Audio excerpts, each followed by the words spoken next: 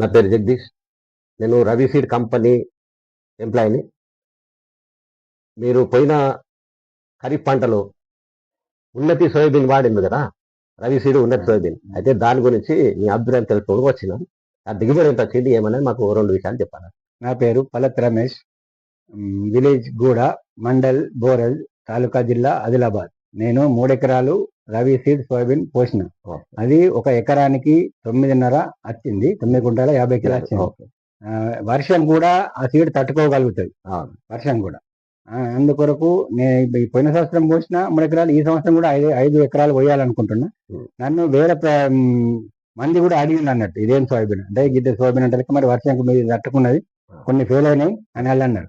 అందుకని ఇది వర్షంకు తట్టుకుంటది, ఇది పోస్తే మంచిగా ఉంటది, రవి సీడ్ పోస్తే మంచిగా ఉంటది అని నేను అనుకుంటున్నా. కంపల్సరీ వచ్చే సంవత్సరం 5 ఎకరాలు పోయాలనుకుంటుంది రవి సీడ్ కంపెనీ. ఉన్నది సోయాబీన్.